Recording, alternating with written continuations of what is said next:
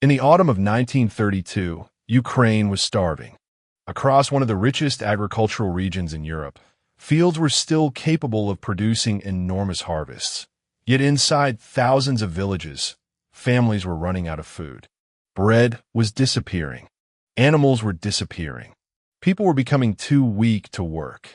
And as winter approached, a catastrophe was unfolding that would kill millions. To understand what happened, we have to go back to the late 1920s when Joseph Stalin was transforming the Soviet Union. Stalin wanted rapid industrialization. He wanted factories, machinery, weapons, and a powerful centralized state. To achieve this, the Soviet government needed enormous quantities of grain. Ukraine, with its vast agricultural lands, became one of the most important sources.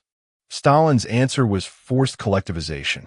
Private farms were reorganized into collective farms controlled by the state.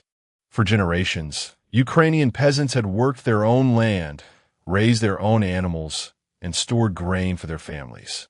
Now officials demanded that their property and production be placed under collective control. Resistance spread through the countryside. Many peasants refused to surrender their animals. Some slaughtered livestock rather than hand it over. Others hid grain or resisted government officials. The Soviet authorities responded with arrests, deportations, confiscations, and political repression. Peasants labeled as kulaks were especially targeted, but the pressure reached far beyond wealthy farmers. Then came the grain quotas. Moscow demanded enormous amounts of grain from Ukrainian collective farms. Local officials were expected to meet those targets regardless of conditions in the villages. When quotas were not reached, the government did not simply accept that there was not enough grain. Officials searched for more. Collection brigades entered villages, inspected barns, searched homes, and confiscated food. For Ukrainian family, grain was not simply a commodity. It was bread for the winter. It was seed for the next planting season. It was the difference between survival and death. But Soviet authorities increasingly treated grain as state property. Even food hidden away by desperate families could be taken. In August 1932, the Soviet government introduced a law imposing severe penalties for taking collective farm property. It became known as the Law of 5 Years of Grain. A person who took grain from a collective field could face extremely harsh punishment. For starving villagers, the law created an impossible situation. The fields contained food, but taking even a small amount could make a desperate person a criminal. Then winter arrived. The countryside became increasingly desperate. Families sold clothing, furniture, tools, and anything else they could exchange for food. Some ate wild plants. Others searched through harvested fields. Many slaughtered their remaining animals. But even as hunger spread, grain collection continued. Search brigades became increasingly aggressive. Officials went from house to house looking for hidden food. They searched barns, storage pits, cupboards, and other places where families might have kept grain. A small hidden supply could be the last food a household possessed, yet officials could confiscate it. The consequences were devastating. People became weak and unable to work. Children stopped attending school. Markets disappeared. Villages that had once been full of activity became silent. Families began losing relatives one after another. By the beginning of 1933, starvation had reached catastrophic levels. This was no longer simply a food shortage. People were dying throughout the countryside. The elderly were particularly vulnerable. Children suffered terribly. Parents who had spent their lives feeding their families now found themselves unable to provide even a single meal. So people tried to escape. They heard that food might be available in cities or other regions. Starving families attempted to leave their villages and search for help. But the Soviet government increasingly restricted the movement of Ukrainian peasants. Railway stations and major routes were monitored, and people attempting to leave could be stopped and returned. For many, The countryside had become a trap. Food was being taken from the villages, while the ability to leave those villages was being restricted. At the same time, the Soviet government controlled information about the crisis. Foreign journalists were restricted in their movements, and reports of widespread starvation were denied or minimized. The outside world received an official explanation that emphasized agricultural difficulties and temporary shortages. But some journalists saw something very different. Welsh journalist Gareth Jones traveled through parts of the Soviet Union in early 1933 and encountered starving people. He reported that a catastrophic famine was taking place. His accounts challenged the Soviet government's narrative. Other journalists presented a different picture. American journalist Walter Durante, reporting from Moscow for the New York Times, acknowledged serious food shortages but rejected or minimized reports describing mass starvation. His reporting became part of the wider controversy over how the famine was presented to the outside world. For the people inside the villages, however, there was no debate about whether they were hungry. They knew what was happening because they were living through it. By the spring of 1933, the famine reached its most devastating period. Snow began to disappear from the fields, but the countryside did not return to normal.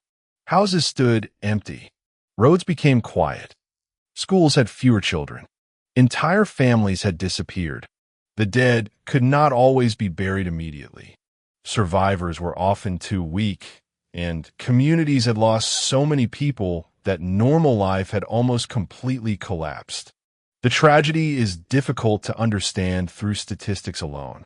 Behind every number was a human being, a child who never grew up, a mother who could not feed her family, a father who could no longer work, a grandparent whose final days were spent in hunger. The exact number of people who died remains a subject of historical research. Because Soviet authorities did not provide a reliable public accounting of the famine, historians have had to reconstruct the losses using demographic evidence, archival records, and other sources. Modern research generally places the number of excess deaths in Soviet Ukraine in the millions. The wider Soviet famine of 1932 and 1933 also killed millions in other regions. But the number itself does not capture the scale of the human suffering. For decades after the famine, speaking openly about what had happened could be dangerous. Under Soviet rule, discussion of the Holodomor was restricted and often suppressed. Families carried their memories privately. Parents told children what they remembered, sometimes warning them not to repeat those stories outside the home. The silence lasted for generations. But silence did not erase the memories. Survivors remembered the empty houses. They remembered the hunger. They remembered relatives who disappeared. They remembered the officials who searched for food. They remembered the fear. After the collapse of the Soviet Union, researchers gained greater opportunities to examine archives and collect testimony from survivors. The famine could be investigated more openly, and the experiences of millions of victims could finally receive greater international attention. Historians continue to debate the precise nature and intent of the Holodomor. There is broad agreement that Soviet policies played a central role in creating and intensifying the catastrophe. Grain requisitions continued despite widespread starvation. Food reserves were confiscated. Movement was restricted. Repression intensified. Information about the crisis was controlled. Many historians, governments, and institutions recognize the Holodomor as a genocide against Ukrainians.